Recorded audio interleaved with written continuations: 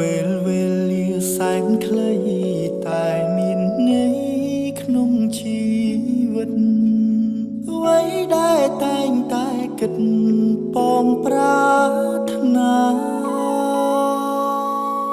មិនជឿលើនិស័យមិនជឿព្រេងវាសនា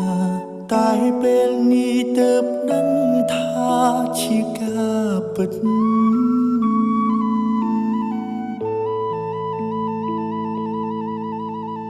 ឆាងជីវិតមានន័យព្រោះតែស្រី